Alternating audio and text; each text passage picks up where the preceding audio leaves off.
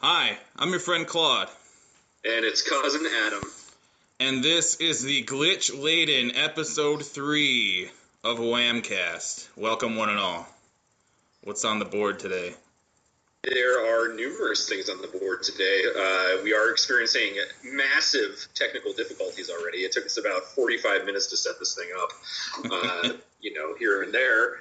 And we've been having glitches already, so we apologize in advance. We'll do our best post-editing, and we'll get it going there. I don't really... there are a few things that we did put on the board already.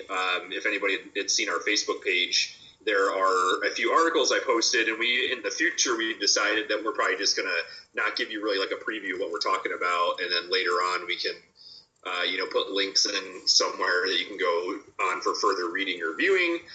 So the only thing that we have on the board today, there was an article about a person left their dog home alone, as you tend to do when you go to work, and they put a camera on the dog and recorded what happened after he left, which is actually quite not what you would have expected to happen. So we're going to talk about that a little bit. And there was a recent, I believe, dog problem in your neck of the woods there, Claude, that you want to talk about, how it seems like there are a rise in missing pets lately.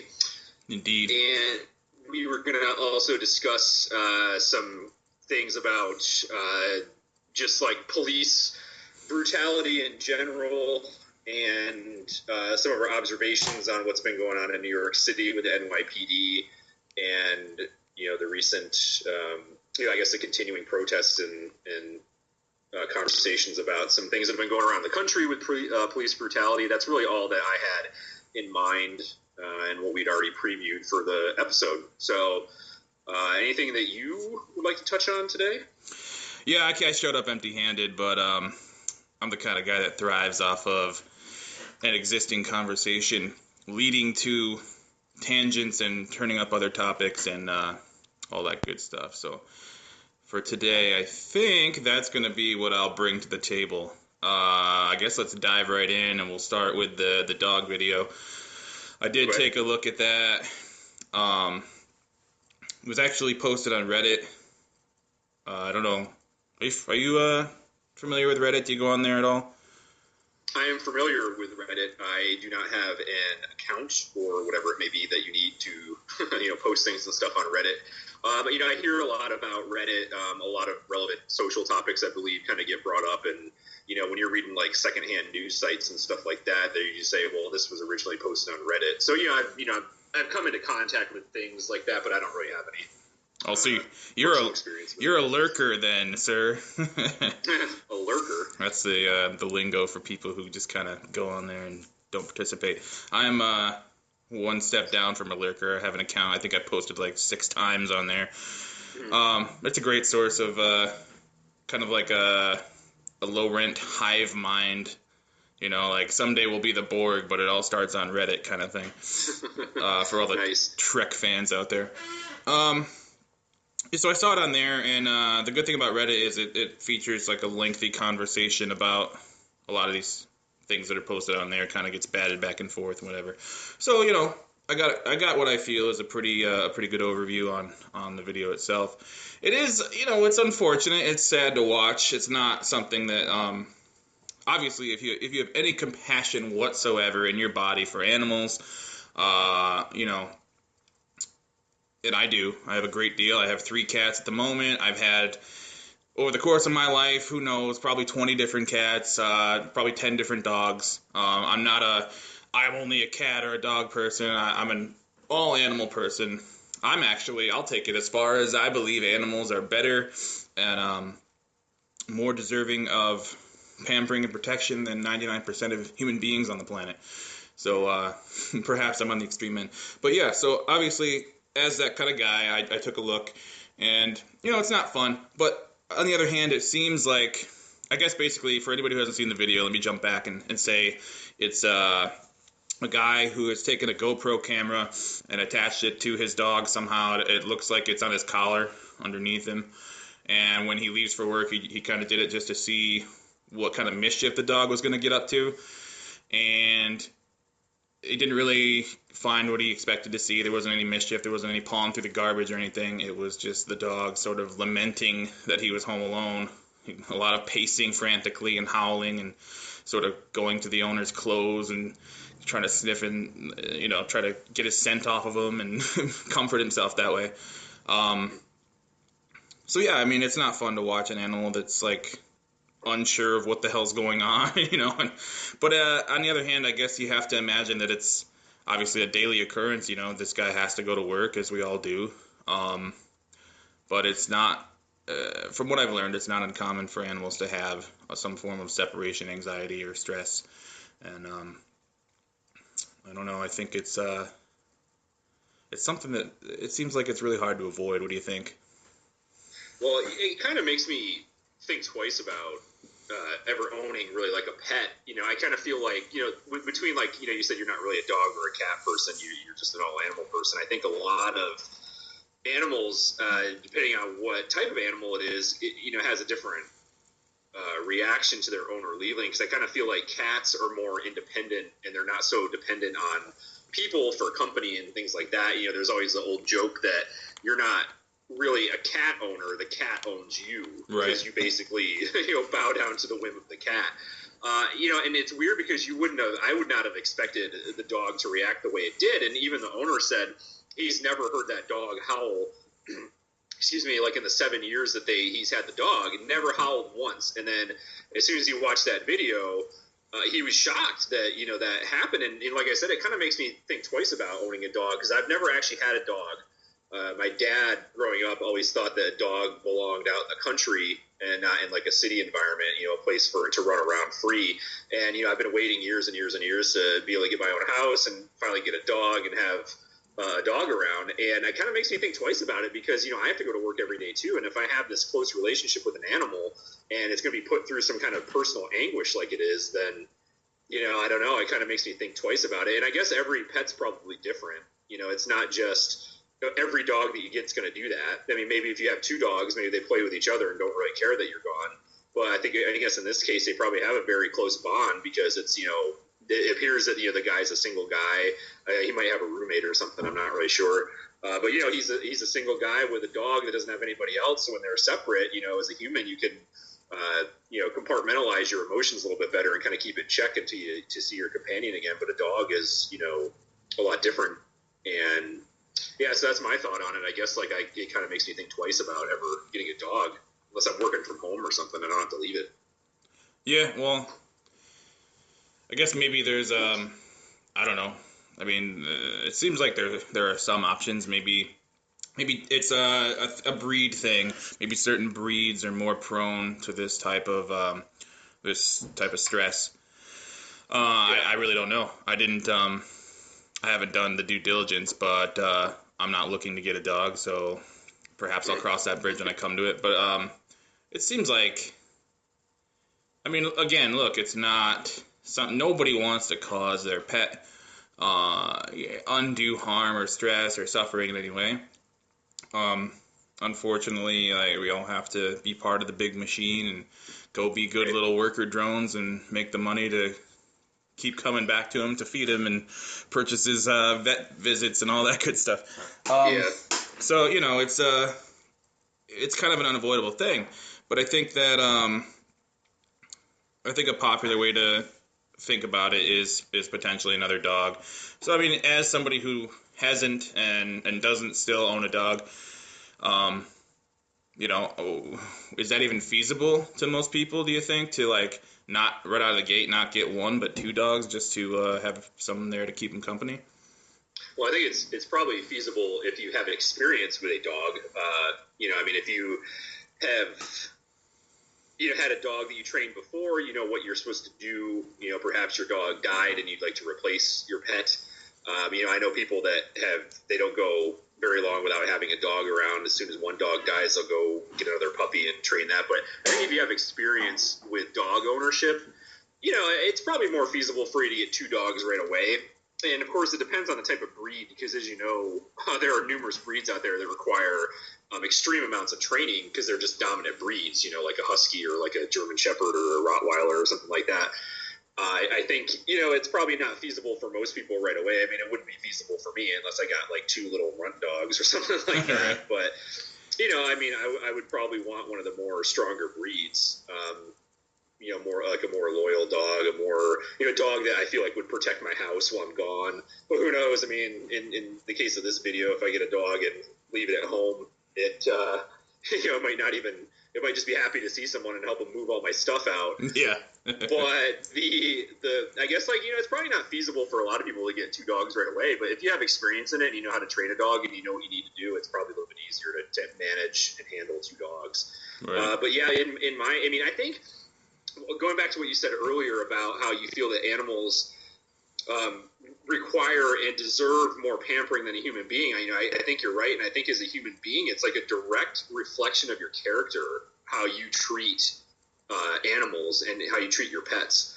I think that people that treat their pets poorly and they soil the name of a pit bull by training them to fight and kill. I believe those are horrible people. And that's my opinion.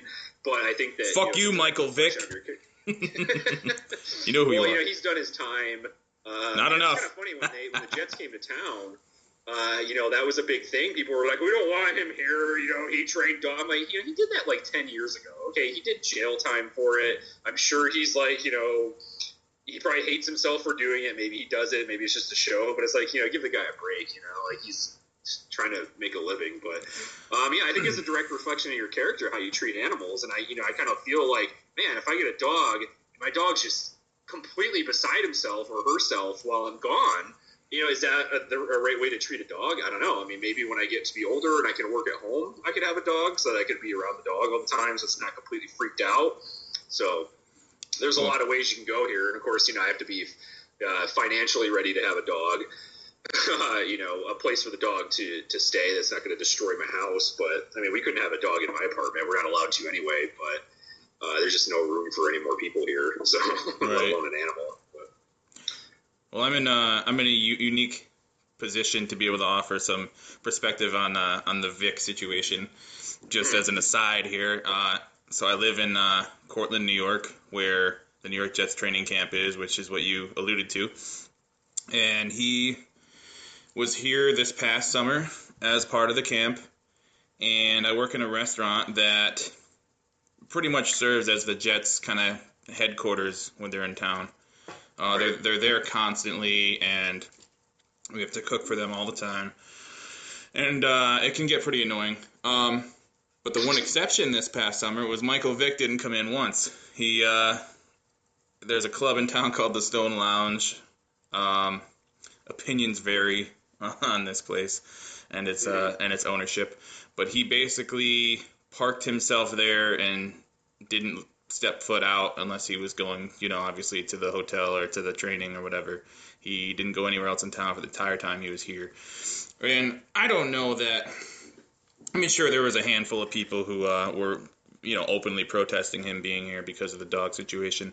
I don't know that it had something to do with that, but I found it was interesting that nobody even saw his face the entire time. So maybe it's something he has to deal with every time he goes somewhere, and, good. He's done his time, but I don't feel bad if he's got to carry a stigma with him. I mean, it's a horrible thing. There are extremes in every situation, and that's certainly one end of this situation. I did look into some of the other methods that are available to help a dog try to combat the separation anxiety when left alone. Because, it's real easy for anytime there's a video like this or a sort of divisive piece of information posted online, you get all these people, and I don't know if they're just trolling or not, but you get people screaming animal abuse and ridiculous shit like that. I mean, the guy's got to go to work. But there's something called a thunder shirt I saw that you can get a dog, and it's like a pressurized sweater vest thing that somehow is supposed to simulate, hands touching the dog in some way. They're claiming, I think the claim was 80% effectiveness, 80% drop in the occurrence of that type of stress. I don't know how that's measured. I don't know how one would measure that. But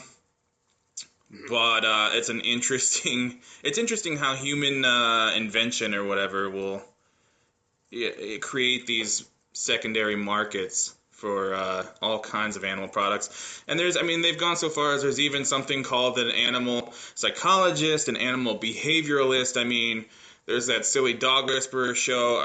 At some point, I'm sorry, but at some point, how do you know? I care about all animals, and I want absolutely for their well-being, but sometimes it goes to goofy links to provide that, or at least to take money from people who think they're providing that, it seems.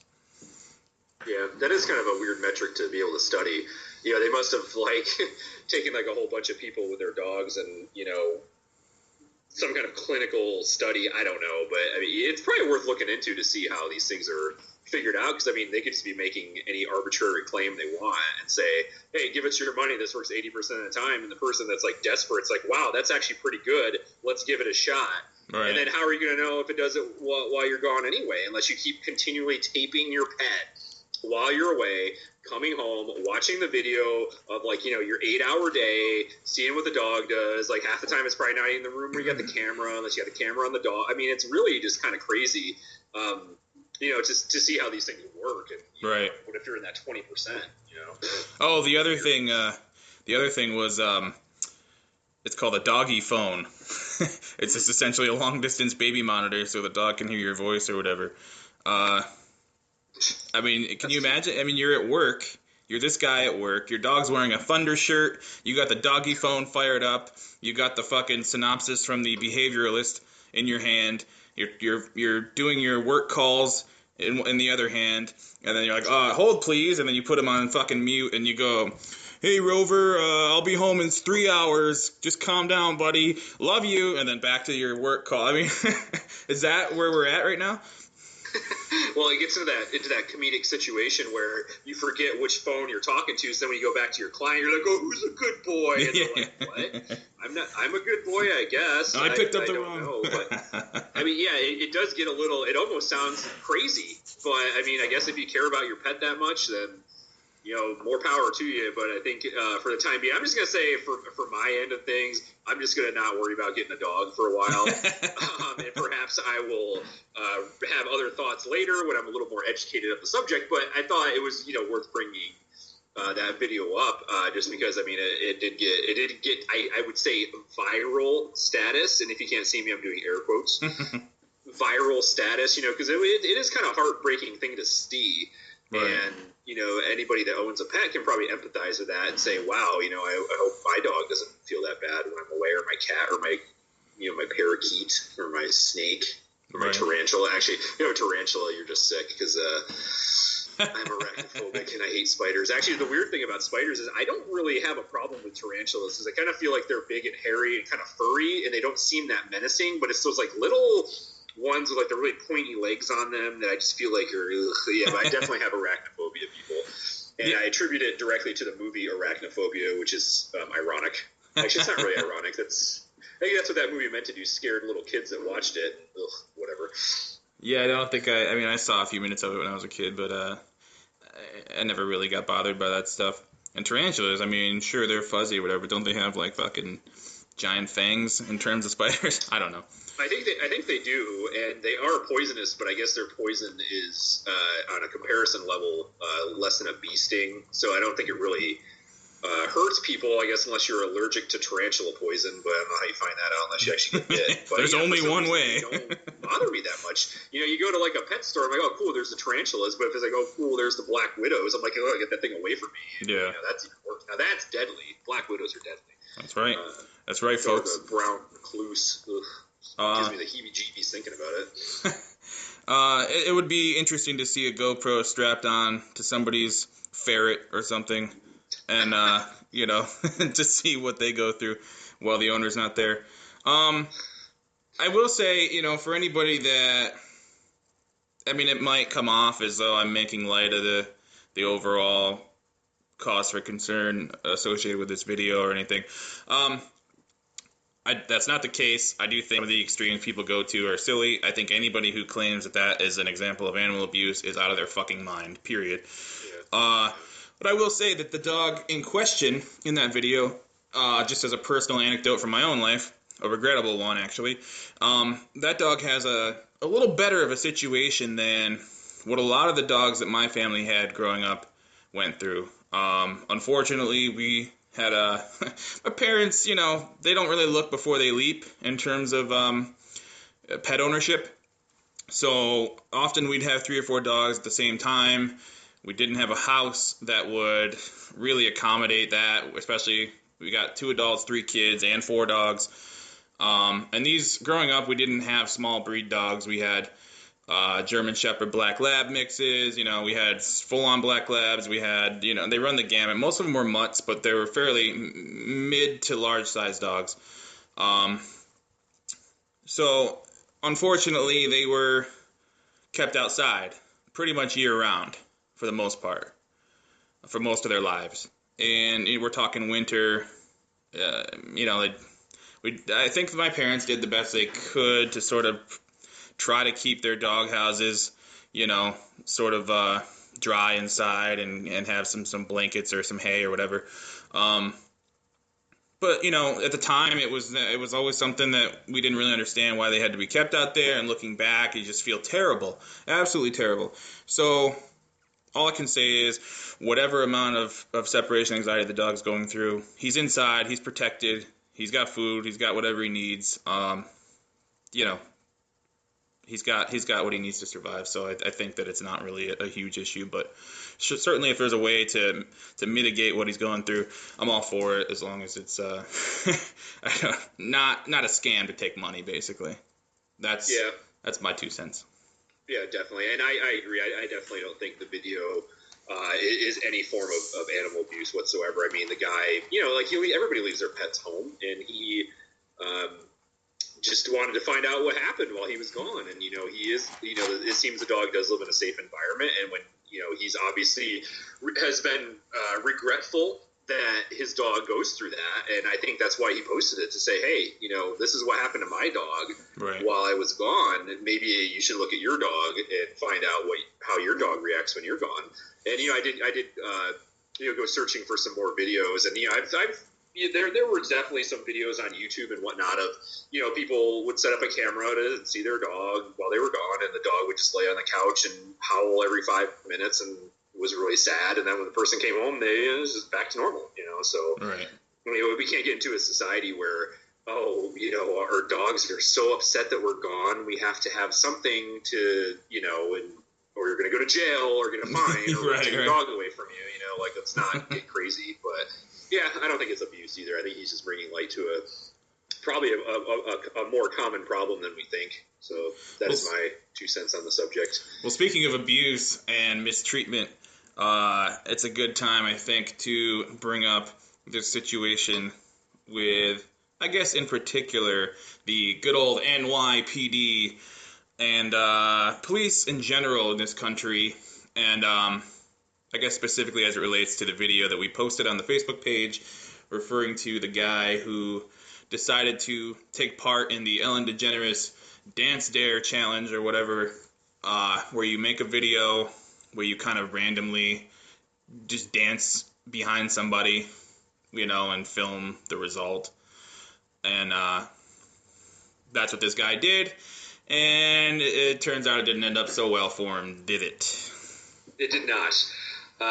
Throughout the video, he does, most of it actually takes place in Grand Central Station, it appears to me. And, they're just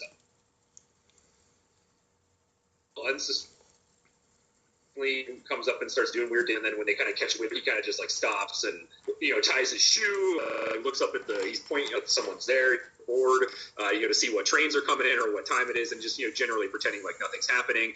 And most of what he captured, the people kind of, I would say a few people probably reacted unfavorably, kind of like, what the hell is this guy doing, and just walked away. Nothing confrontational, nothing like that. And a few of the people, he talked to them and told them what he was doing and why.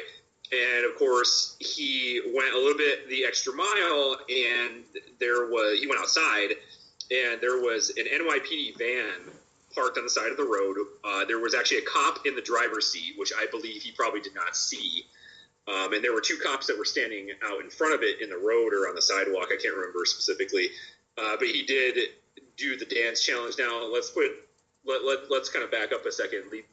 When he was doing it to the people in the train station, he was getting very close to them and almost like touching them, but he wasn't. So it was appropriate.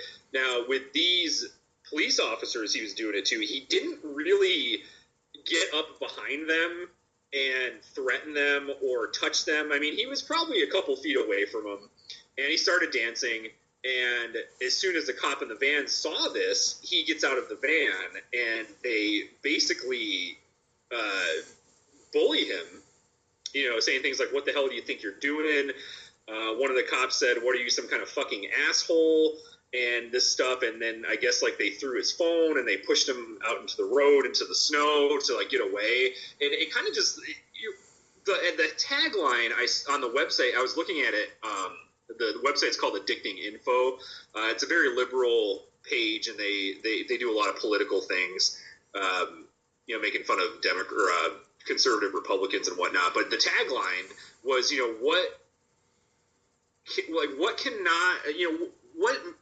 what isn't going to be a threat to the NYPD or police officers in general? Because they kind of thought, in some twisted logic, they thought this guy was going to be a threat to them, and that he was like accosting them or about to assault them or something, and he wasn't. He was dancing in the middle of in the street in public, and it's just really it's really just concerning. And not only that, I mean, you're talking about numerous cases of police brutality throughout the country, and this stuff gets caught on tape, and like nothing happens to these people or to these police officers, and it's ridiculous. And it's just another example of the police bullying someone because they supposedly have the absolute power to do whatever they want, when in reality they don't. Did you actually see the video that I posted? Yeah, I took a look. I read through many of the comments on the YouTube video. My personal reaction is that the video is obviously edited together. It's got music and whatever. Perhaps there's a chance that something was left out to sort of level the playing field in terms of how the police are coming across. Maybe it was edited to specifically show only the unfortunate negative interactions the guy had. It was definitely, it plays almost like a Benny Hill video or something up until, with the goofy music and stuff, up until he gets to the police, and then it switches to this like sad piano music, and it's like all of a sudden very serious. And I get that they're trying to underscore the seriousness of the incident. I guess that's me playing devil's advocate real quick, because yeah, it's horrendous. It's infuriating. I think, especially as a nation, we're all getting real fed up with the police stories, the stories of police misconduct. Several police officers have been in my family or various sections of my extended family over the years. I have friends that know police officers from their families or have become police officers. I've talked to all kinds of people about it, and it just seems like that the more these things happen, the more there's this divide, between obviously police officers themselves and their spouses and their kids or whatever, and people who don't really have a stake in the outcome, the average citizen, so to speak. And I see all the time these Facebook profiles where people put up these things about if you think negatively about police, then unfriend me, or I'm a proud wife of a police officer, and blah blah blah. There's just no gray area, there's no room for discussion, and that's dangerous on any topic. Specifically with this video, what bothered me the most right off the bat is, like you said, the guy, he's goofy. Yeah. The guy himself looks goofy. What he's doing is goofy. He's clearly not brandishing any kind of weapon or like physically trying to intimidate anybody. He's doing a silly dance. And obviously he instantly regretted it. He walked up behind one of the officers on the street, and there was an officer inside the SUV that they were next to. I don't think he saw the one inside, because as he starts dancing behind the guy on the street, the guy in the SUV gets out. Then all of a sudden he's sandwiched and he stops, and it's like, oh shit, this just got real. He's trying to explain, hey man, look, it's just a dance. It's just this goofy video that we're shooting. But the guy he was dancing behind immediately turns around, and this is what gets me, is that police officers are supposed to behave with some type of decorum, some type of professionalism. Right. And this guy drops all of that instantly, and it's clear that he's just this stereotypical, like, New York City meathead, 20-something, maybe 30-something dude, who he turns around and he said something like, what the fuck, bro? He's like, bro, like he's this fucking juice head from Jersey Shore or whatever. Like, you're a police officer, why are you speaking that way? You know what I mean? Yeah. Right out of the gate, it's hostile, and I'm sorry, but it comes off as Neanderthalish. Yep. So, they immediately, like, push him up against the car, and then they end up, the narration is that, they couldn't level any charges against him, so they throw him on the ground. I mean, that's assault. Mm-hmm. Like, open and shut, that's assault. You can't do that shit. But like you said, police are behaving with impunity. Now, the other side is, some of the comments have said that this video was shot within a day or two of the incident where the 2 Brooklyn police officers were killed in their car. Yeah. So obviously, if that's the case, I didn't research it to see if that was true. If that's true, the guy doing the dancing obviously chose to play with fire in a way, didn't he? Yeah. But the thing is, even if that's true, you don't have carte blanche as a police officer to throw away the regulations of your position and behave like a fucking caveman to people. Right. And obviously it's a real problem. It's an ongoing problem. I don't know how to tackle it, but I'm really sick and tired of seeing it happen. Yeah, same here. And I was doing the typical. I was bored and I was trolling the internet for stuff to watch. And along with that video that we were talking about, I was looking at other instances of police brutality caught on tape. And I mean, you're talking. I mean, when you think about police brutality, there are obviously, like you said before, there are obviously the officers that conduct themselves professionally. They don't abuse their power. And when you see 20 videos about police brutality, you start getting in the mindset that all police are like that, but they're really not. Right. But I was watching just some ridiculous things that cops do, and you think about, there's 50 states in the country. There's millions and millions of people in this country. There are probably thousands and thousands of police officers. These are only isolated incidents, but it still needs to be discussed, and people need to be held accountable for this stuff. I mean, police officers serve the public. We don't serve them. They serve us to protect us, supposedly.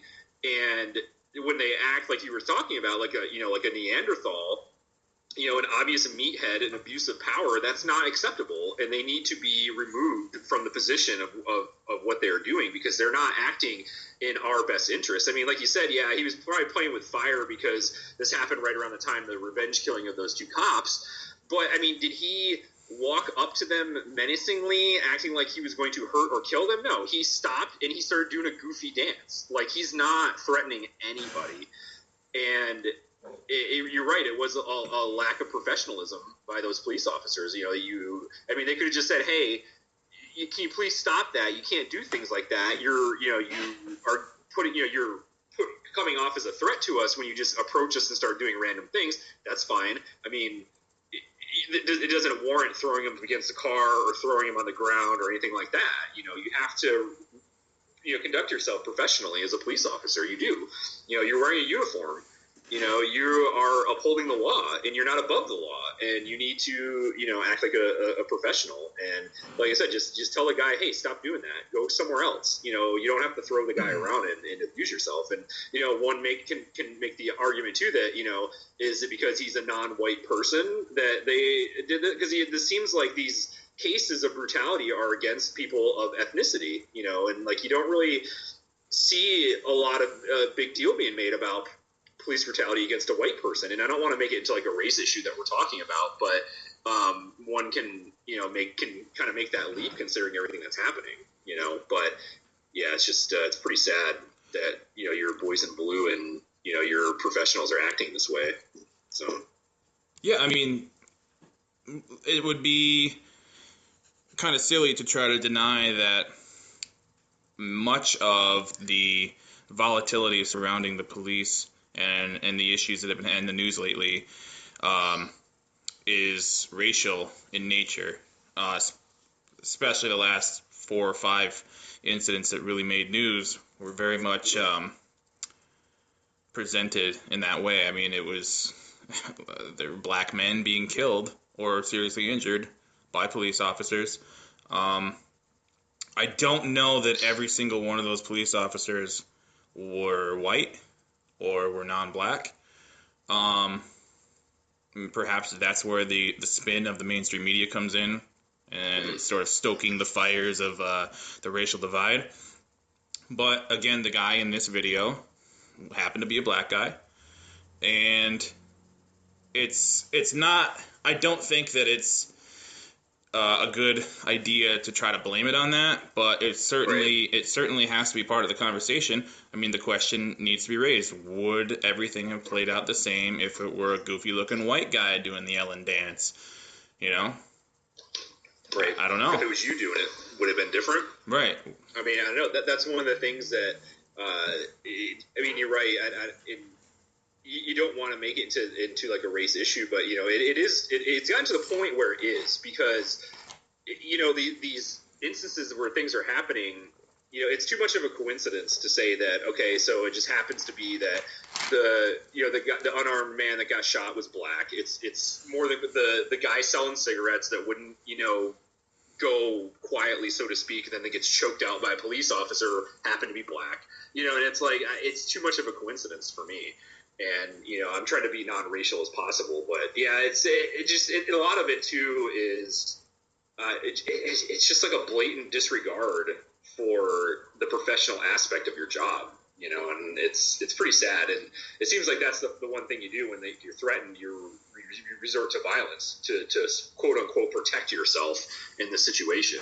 I mean, you look at the pictures that Darren Wilson said he was getting beat up by Michael Brown. The guy barely had a bruise or red mark on his face, and you're telling me he felt like he was threatened, that he was getting beat down, or something? Like, come on, it's like you're saying that you felt so threatened by barely getting punched in the face that you had to shoot someone dead. Like, that's absolutely ridiculous. Anybody who's not armed does not deserve to get shot. Like, this is just ridiculous. But we can talk about this for hours and hours and hours and hours, but I just thought it was an interesting video of just showing. And and you got to think too that these police officers, they're under a lot of scrutiny themselves now. I mean, they know what's been going on in the country, and like they've got to act a certain way, and that just, it's like, do you not care that you're more than likely going to be videotaped in any interaction you have with a civilian now? Like, you have to, I mean, Jesus, just play the part, for crying out loud. Right, right. Like, give me a break. Well, for as many instances of, police violence that are caught on tape or that are talked about, there are just as many where police are clearly trying to stifle the fact that they're being recorded, trying to step in and put a stop to it. Whether you see these videos of police threatening the person with the camera, or physically taking it from them, there's tons of stories where like police have smashed people's phones, only to discover later that the guy was cleverly able to already upload it to the cloud or whatever to back up his content. The thing that gets me, the common thread here that I'm disturbed by in all of this, is that police Like you said, it's a profession. They go through a police academy. There are supposedly all these requirements and training necessary to become a police officer. And it seems like the prevailing tendency is when the chips are down and when you're confronted by something out in the field, they don't fall back on the method or the training. They just revert to whatever their base instincts are. And that's a problem. To me, you're not upholding your position. You're not doing what is required of you by the regulations of your profession. And above all else, yes, the brutality is horrible. They should be facing charges. Legally, they should have to answer for their crimes. But behind all that, first, let's deal with them procedurally. Why aren't the police departments, instantly saying to them, look, man, you didn't do X, Y, and Z, now you have to face the penalty. I think a lot of people have that question on their mind, and a lot of talk has been made about what they call the blue wall of silence, where, basically police are this fucking, I don't know, like this secret club or whatever, like where it's a fraternity where they all have each other's backs above all else. That's essentially what Serpico is based on, right? Right. One good cop is destroyed by the rest of them for trying to hold everybody to their professional standard. So it's a problem.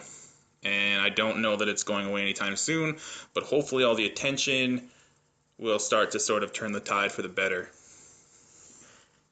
Yeah, I hope so. It's definitely a relevant social issue right now, and hopefully something gets done about it. And like you said, I don't know what to do, too. I feel, helpless, what is it going to take? Is it going to take me to be put in a situation where I'm accosted unjustly and I have to go, upload my video and be like, look what they did? Is it going to have to go that far before a single person can make that change? I signed petitions on change.org to bring the Michael Brown case to the Missouri Supreme Court and all this stuff. And I don't know if that worked. It's like, what can you really do? And it's just, it's sad that, it's come to almost be like a police state, where they can find any reason to arrest you no matter what. There's actually an interesting book that I haven't had the chance to read yet. It's called 3 Felonies a Day. And it said something like, even in your day-to-day life, you don't even know it, but you commit on average of 3 felonies every time you leave your house. And I don't know how plausible that theory is. And it would be nice to read that book if I can, actually I might do that and we can talk about it on a future podcast to see. But is it really come to the point where everything's against the law?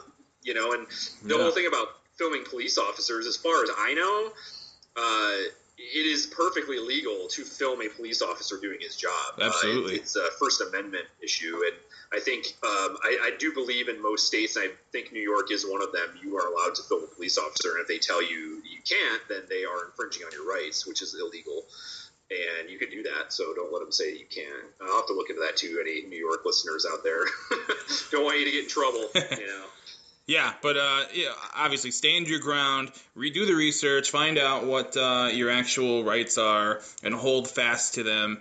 Do not provoke police, do not antagonize police, but if you find yourself on the wrong end of a situation with a hostile police officer, make sure you hold fast to your rights, because if we all don't do that, we're just going to allow them to be further eroded, and we're going to basically be kind of at their whims, even more than now. And I don't know that any of us are looking forward to that prospect.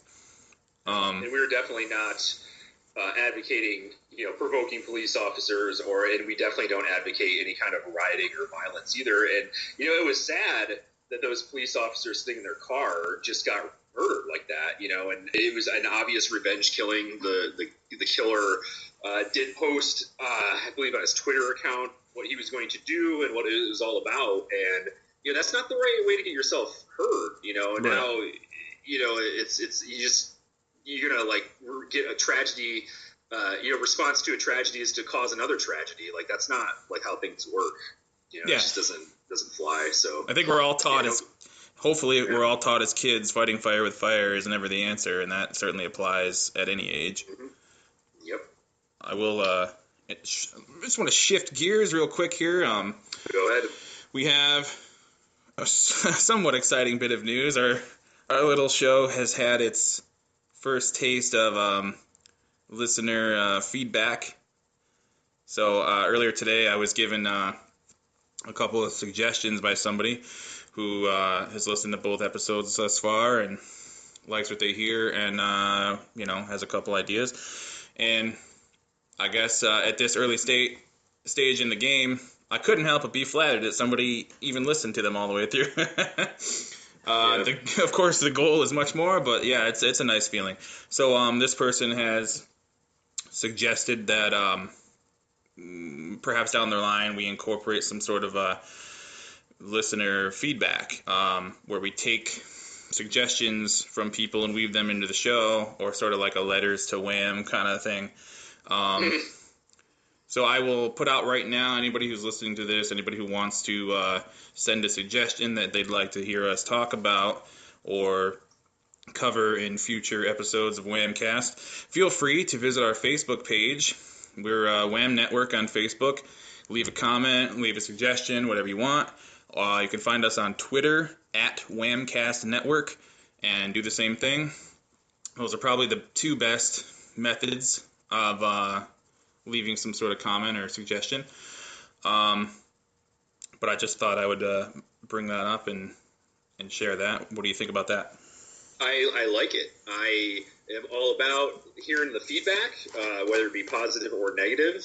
I will tell you right now, I will ignore any kind of ridiculously insulting comment about anything. I am open for free discussion, and if it comes to argument, as long as it's done in a respectful manner, I'm down with that. Anything, I don't really care. Suggestions are great. I love it when people ask me my opinion about something. So if you have, like you said, Claude, if you have any ideas of what you want us to discuss, any kind of relevant social issue, or whether it's a current event or sports or entertainment, anything, I'm all for that. And just be respectful, please, or I will ignore you. That's all. Absolutely. This person in particular sort of likes the movie conversations we have. Movies and music seems to be the two areas that they enjoy the most or want to hear us talk about the most right now.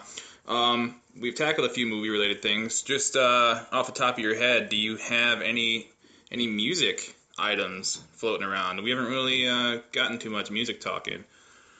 Yeah, it's difficult because I find most music to suck. So Agreed. It's really hard to talk about music, and I don't have the ear for music like my dad does or like you do, and it's. Well, let me give you a background on what I like about what music I like. I am definitely more into the classics, classic rock, Motown era. I do enjoy some good funk music every once in a while, but modern music I'm not really a big fan of. My favorite, I guess, modern band would be the Dropkick Murphys. A lot of they're getting a much larger fan base these days. If anybody doesn't know, they're more of like an Irish punk ska type sound. But yeah, that's really my listening. In my car, I don't really have a lot of new music. I'll have, I have like a bunch of Beatles and Rolling Stones CDs on hand. When there's nothing decent on the radio, I can just pop one of those in because that's always a good listen and things like that. I do enjoy 80s metal like Motley Crue, as I know you are a fan of, and some of the classic 80s metal. I got a question for you, actually. You are a big Kiss fan, if I'm not mistaken. Absolutely. Right? Let me ask you this question. How come every time when I am listening to the radio or I go into a music store to buy a CD, and like they play the live version of Rock and Roll All Night by Kiss, which arguably is probably their most well-known single. It probably gets played the most, and it's probably one of the songs you hate the most, being a fan of Kiss. But how come I can only get, like, if I go like buy a CD of Kiss Greatest Hits, it's just Rock and Roll All Night Live, and how come every time I hear it on the radio, it's just the live version? Why is there not a studio version of that song, or what's going on with that? That's a great question, and I happen to have a very lengthy and detailed answer that I will attempt to condense into the accessible version. Okay. Basically, it's Rock and Roll All Night is a song that suffers from the same predicament that I Want You to Want Me by Cheap Trick suffers from, because it's the same thing with that. Anytime you hear on the radio that song, or anytime you really are exposed to that song, it's always, always, always the live version. And the reason for that is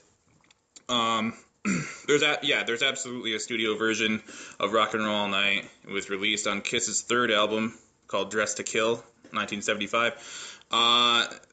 The reason that you only hear the live version is because the album they put out after Dressed to Kill was the album Alive, which is a full live album, and that album is credited with pretty much breaking Kiss in terms of exposure and success on a national scale. It basically was the turning point in their early career, and arguably is the reason they exist to this day. So it was decided that the reason the album was made is that the first three studio albums they recorded did not, in the opinions of the band themselves or the record company, did not truly capture the energy and the vibe that you get from Kiss as a band, as a live band, being in the same room with them. Whether they made compromises for production or, for budget reasons, whatever it was, the first three albums sort of seemed flat, apparently. So they recorded Alive in Detroit, which was kind of the first area to really embrace them outside of New York City, even more so than New York City. Detroit has always been seen as this hotbed for hard rock. So they recorded it there, and that song was really written as an anthem, as Kiss's sort of a mini statement of what they believe in, what they're all about, and it caught on. I mean, the live album exploded. The Kiss Army fan base sort of erupted after that, and yeah, I mean, to this day, that's the version that you always hear, because that is what they feel represents Kiss, and it did much more business in terms of sales and reception. So I guess ultimately the studio version is considered less exciting. Now, as a fan, I prefer the studio version, perhaps because all you hear is the live version, but also because, ultimately to me, the definitive versions of any song is what you create in the studio. That's the whole point of going in there to do it. Opinions vary, but that's mine. Yeah, I agree with that. And I remember we had that conversation a few years ago when we saw Bruce Springsteen at the Times Union Center in Albany, where he did one of his encore songs, I think, was Born to Run, which is one of his quintessential songs. But it was the same thing. When you hear a song live, obviously it's not going to sound the same as the recorded version of it. But when they sing it live too, they it's almost like it's a changed song a little bit. They pace the lyrics differently than the studio version, and it kind of goes back to what we were talking about when transferring one medium to another. It's kind of the same thing with music. What's the original medium? It's the studio, and it's what the mass-produced song is that you hear on the radio, that you get on the CD, that you hear on the single. And when you go to see it live, it's great to see your band live, but it sounds different just because it's not a studio recording. It's a loud projection of the music, and like I said, sometimes they just sing it at like a different pace, or the words don't come out when you expect it to come out. They sing it in a different way, and Right. I think you're right. I would definitely prefer to hear the studio version of that song. But Yeah. such is the money making machine of Kiss, and we all know Gene Simmons just loves his money. So Absolutely. Unfortunately, to the detriment of the band itself in a lot of ways, which is which is a topic that is so encyclopedic that it would require about 12 podcast episodes to truly broach. So for this edition, I will leave that statement there. Okay.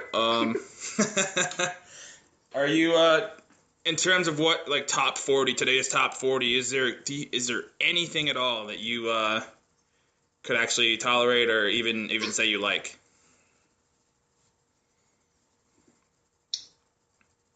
Well, my silence is the fact that I'm thinking really hard about that. Not really. I'll listen. I mean, they're programmed on my radio in my car. Some of the more popular top 40 stations where I live, and every once in a while you'll hear something that you're like, oh, that's not that bad. I can listen to it. Most of the time I switch it and I'll either go to like the oldies station or the classic rock station or like the one that plays a lot of the 90s, 80s songs because, I kind of feel like that's when, we can discuss that some other time. But, it's really difficult to say like any kind of new artist that comes out that I like. I mean, I kind of liked, and it's weird that I say this because she's not really a new artist anymore. I kind of liked Lady Gaga a little bit when she came out. It seemed like it was a fresh sound. It was something that was a little bit different, but then it just fell into the same, manufactured music that it is today. It kind of fell into the same thing after a while. I remember that band, The Killers. I liked that first album, that single they came out. I don't even remember the name of it now. What was it? Somebody told me. What is it called? Is that what it was called? Yeah, I think it was. You know what I'm talking about? Yeah, I think it was Somebody Told Me. I think that's the name of the song. It might not be the name of the song, but that's everybody will know what you're talking about. Yeah.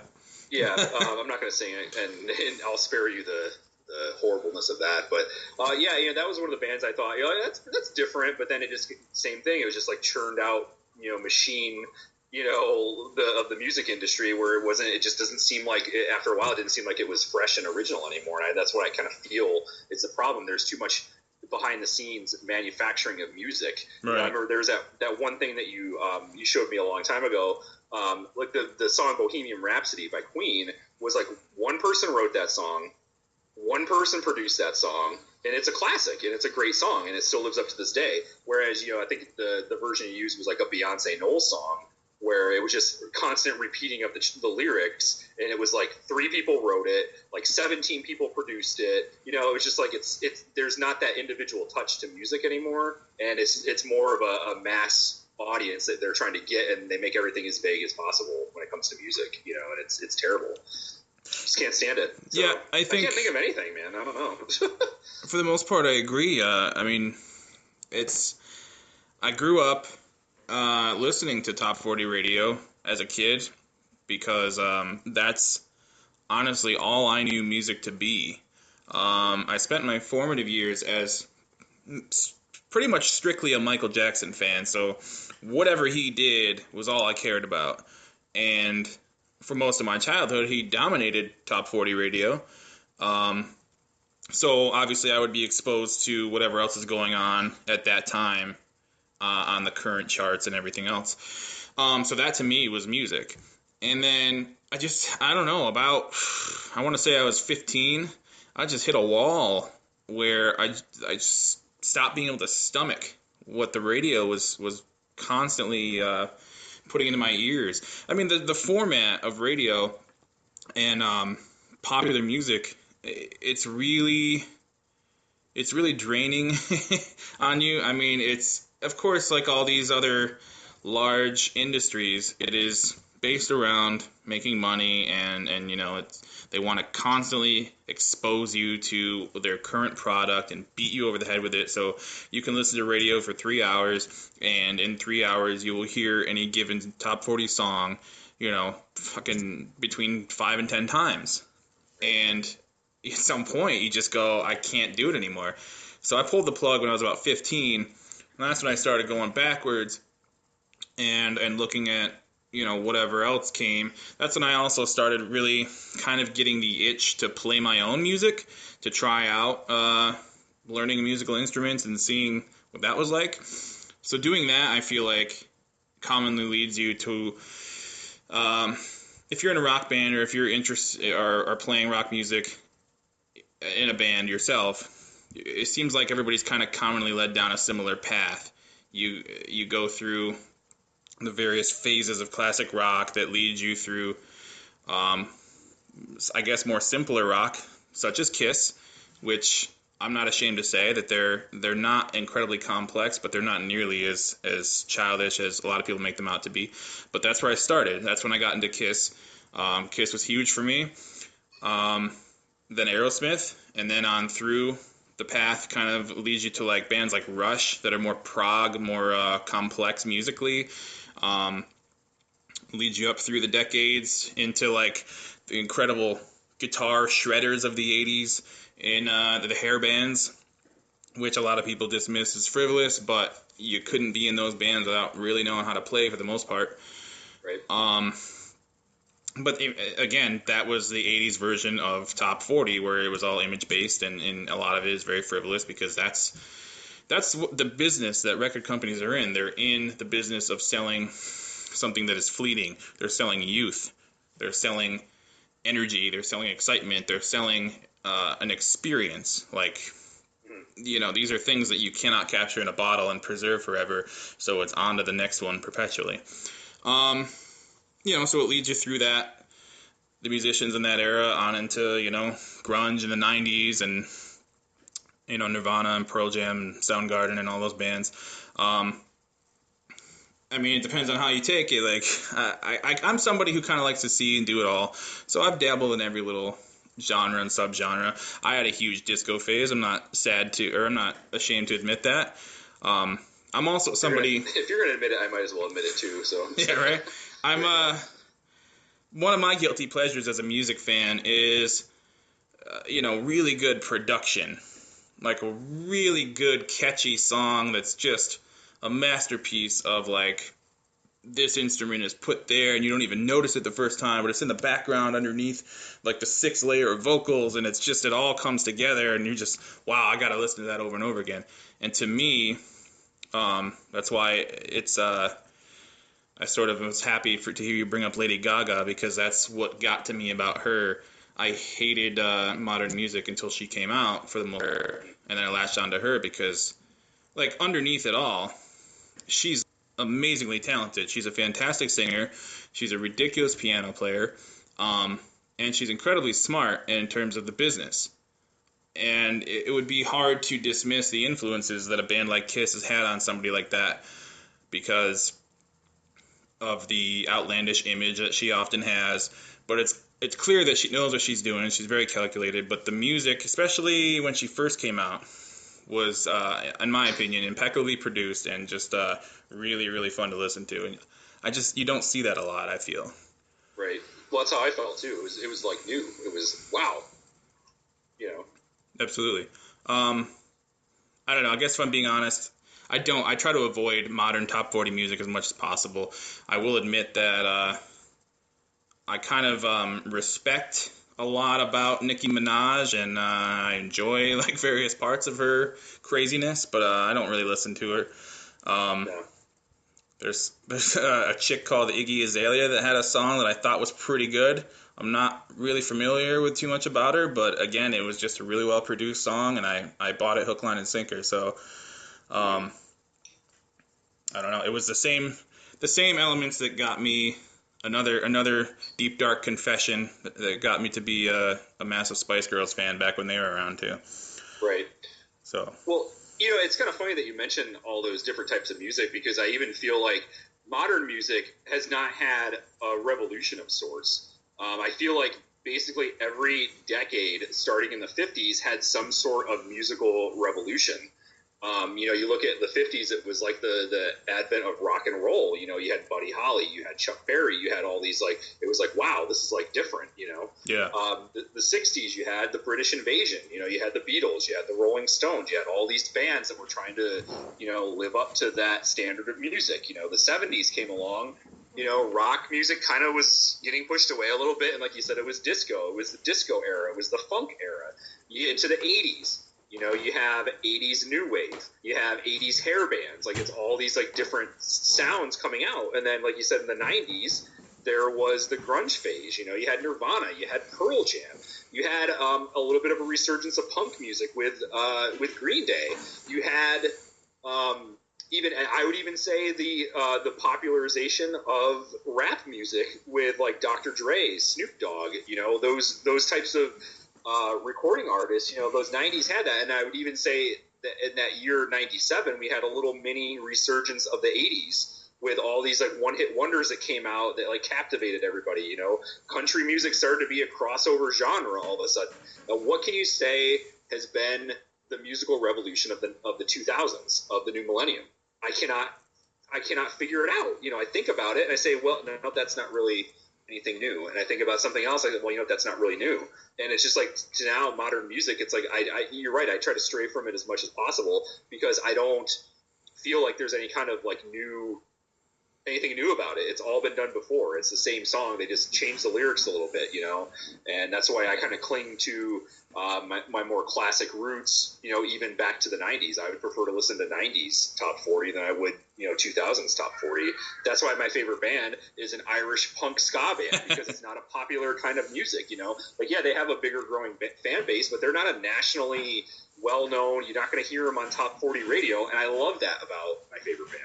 So I can't. I mean, if you can think of one and prove me wrong, great. I would like that, but I can't really figure out the sound of the new millennium. What is it? Well, so. I think. Well, number one, I gotta say, I feel like it's this music in general is one of those Pandora's box topics that could just endlessly unfold and be explored, and hopefully we will do that as these episodes continue. Today, it's probably a good idea to start winding this guy down and bringing her on home. Yes, I realize I use two different genders to refer to the show. However, I will say that the 90s, I feel personally, is, out of all the decades musically, the 90s were this just insanely rich and fertile period of different styles and genres and I don't know, just kind of a mixed bag of experiences for the music fan that I don't think has happened or been replicated in years past or since. So that's probably my favorite decade for music. In terms of what I guess is revolutionary or fresh or whatever in the last 10 years, the only thing I can think of is something, unfortunately, that takes music further and further away from its organic roots and pushes it more towards mechanization and computerization and whatever, which is, it's a valid form of expression, sure. Is it something that I'm gravitating towards? Nah. I would say dubstep and the advent of Skrillex and that style of just almost robotic sounds over like a house beat. That's something that I don't think has existed on this level in years past, and it's something that I'm not really, I don't really seek that out, but at some point culturally its impact is undeniable. Right. So right. I can see that. That's the only thing I can come up with that's really unique unto itself. Yeah. Huh. It's kind of sad when I think about it. Yeah, I'm trying to be as objective as possible and not necessarily shade this discussion with too many of my own personal opinions, but yeah, it's not something that I'm like excited about. No, definitely not. Well, all right then. That was interesting. That was a good talk. I like that. Yeah, I definitely would feel like we could get into more music and why we like the certain things that we like and what our roots are musically come from as well. That's always a good topic of conversation. Any quick movie topics you want to hit on before we? I didn't get a chance. We discussed earlier in the week. There's another Rambo movie coming up, and there's a possible Rocky influenced Apollo Creed based movie in the works coming up. I didn't look into those too much. I see that the Rambo thing was trending on Twitter, so there must be some sort of talk about it. I haven't really honestly seen too many upcoming movie items lately, so I'm a little out of the game on that. What are you focusing on? Well, I know that I believe they're going to have another trailer for the new Avengers movie coming out. I believe it's in the college football's championship game. Really? I don't really watch college football, so hopefully I'll just find that on the internet sometime. I think it comes out next week. I believe it's January 12th is when the championship game is. Well, with Star Wars news, this month sees the release of 3 brand new comics that are going to be a part of the official canon of Star Wars coming up. So I'm going to head to the comic shop at some point and take a look at those and give you my thoughts on that. One movie-related issue with Star Wars, as we know, the actor Oscar Isaac is playing a prominent role in the new Star Wars movie. From the trailer, he is the X-Wing pilot that you see in the cockpit in the teaser trailer. Okay. One thing that he did say that I find awesome is that all the speculations and rumors about the plot of the new movie that have been released on the internet, he said, so far are completely false. So I'm glad, because a lot of those were terrible ideas. So we can talk at that a little bit more length next time as well, like what some of those rumors were and why I'm glad they are not going to be part of the plot, hopefully. Absolutely. And who knows if he's, saying that maybe like something is true and he's just denying it, because, oh yeah, none of that's true. Crap, they figured it out, or something Yeah, like right. that.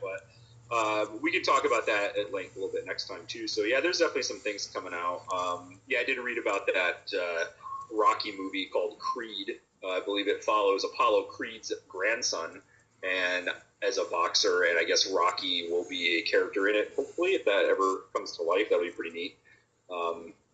We can talk about Rocky movies too, because they're one of those movie franchises we like that have multiple sequels and they just keep on going. Yeah, definitely very influential in our past, which we'll have to leave you wondering about till next time. Yep. I will, I guess one final thing I'd like to put out there related to movies is the most recent movie that you've gone to the theater to see. Do you remember what that's been? Has it been that long, or was it pretty recent, or? No, it was. And I do remember. It was pretty recent, and we could talk about these movies at length too, because they are popular and worth talking about. We went and saw the Hobbit: The Battle of the Five Armies movie in the theater. Is the last one that we saw. And right now, I'm currently reading the source material. I've finished the book The Hobbit, and I'm in the middle of the Fellowship of the Ring, and I'd like to talk about that at length too, about it transferring mediums, starting out as a book, going to a movie, what I liked about it. But yeah, that is the most recent movie I saw, was The Hobbit: Battle of the Five Armies. We actually saw it the day after it came out, so we're pretty excited about that. I like those movies. Nice. Did you? Was that a 3D thing, or? It was 3D. We didn't actually see it in 3D. The only movie that I have paid to see in 3D was Gravity. I almost felt like it was filmed specifically for 3D. Yeah. So when we went and saw that, we got the full experience. But no, we just saw it regular format. I'm not really a big fan of 3D movies. I find it to be frivolous and unnecessary. But it's cool. It's a cool technology, and for some movies it'd be pretty awesome. But yeah, we just don't like to spend the extra money on it if we don't have to. And yeah, it is insanely pricey. Movies themselves are insanely pricey anyway these days, especially the big chain theaters. But the 3D is even more expensive than the regular price, which is, I think I went the last time I saw a 3D movie for 2 people. It was $27. Pretty crazy. That's nuts. Yep. Were you satisfied with the 3D experience in Gravity? I was. A lot of people, especially the scientific community, is quick to point out the fallacies of some of the things that happen in that movie. I know Neil deGrasse Tyson is one of those guys that definitely is not afraid to show his opinion about anything scientific or whatever. But I think the experience in general was pretty cool. It definitely brought it more to life, and I kind of felt it was more, you kind of empathize with the characters a little bit more when it's all around you and you're like, oh, what if I was really here doing this? This is crazy, and I just think it is kind of an immersive experience when it's 3D. Right. I was happy with it. I don't know, I'm more of a traditionalist, I guess. I'm more about seeing it in a regular format like it's supposed to be, Right, I don't want to get a 3D TV and sit here watching TV with glasses on. That's just kind of crazy. So. Well, what about The Hobbit? Were you, what's your little, not review, but positive or negative overall? What's your take on that? Overall, it was positive. Out of the three, it was definitely the most action-packed. It is satisfying because it does tie it into the actual Lord of the Rings trilogy. I do enjoy the Lord of the Rings stories. I do not enjoy them as much as Star Wars, and that's an ongoing debate as well as Lord of the Rings or Star Wars. But yeah, I thought the movies in themselves were satisfying. It definitely was worth the money. Yeah, I mean, I'm not going to go in my in-depth rating or review of it. Right. A lot of it, too, is like I'm a big I like Martin Freeman, the actor, a lot. Right. And I enjoyed his portrayal of the younger Bilbo Baggins as the Hobbit. And just in general, those movies are casted really well. They find like the perfect people to play the characters, and they always come through really well. And I was definitely satisfied. It felt like the end, and led right into the next trilogy. So it was good overall. I liked it. So cool. My most recent movie-going experience was Dumb and Dumber 2, the long-awaited sequel. I was terrified, actually, to go see that movie. I saw the trailer back when that came out, and, let's be honest, the Farrelly brothers have never been great artistes of cinema, but I think there's a marked difference between their earlier output and their more recent output, which is, it happens to, it seems like almost any artist. The more recent output, unfortunately, has included things like the Three Stooges movie, which in my opinion was just abominably bad. And the earlier output includes things like the original Dumb and Dumber, There's Something About Mary, Kingpin, right? So I think there's a difference there.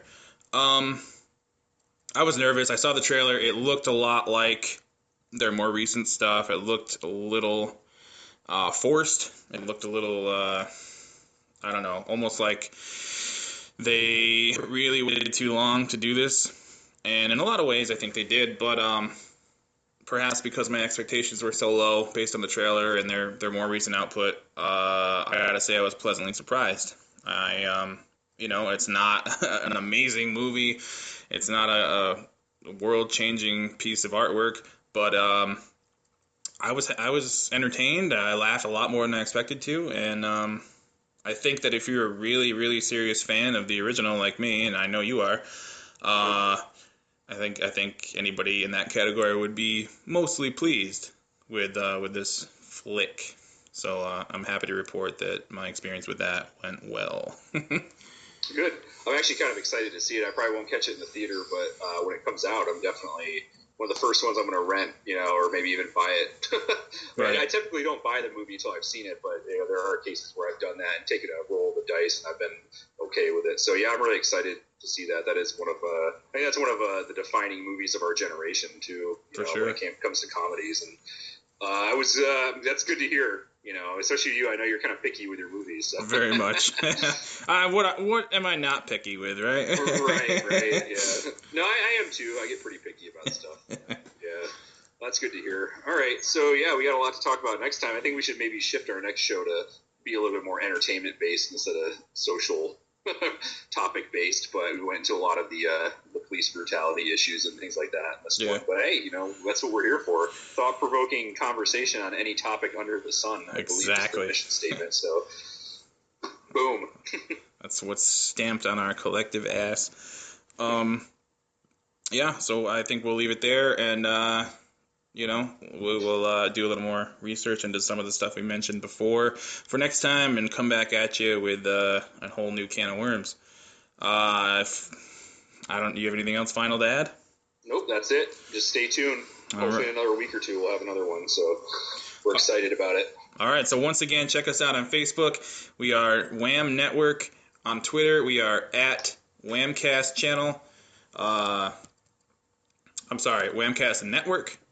And, yeah, those are the best two spots. We are on a website called Spreaker now to host the podcast. So, you'll see links on Facebook and whatever for that anyway. So, that's where you can find us for now. We're obviously on YouTube as well. So, check us out on any or all of the above. And I think that'll do it for this installment. This has been episode 3 of WAMCast. I'm your friend Claude. And I am Cousin Adam. And we'll see you next time. Next time. Later. Bye.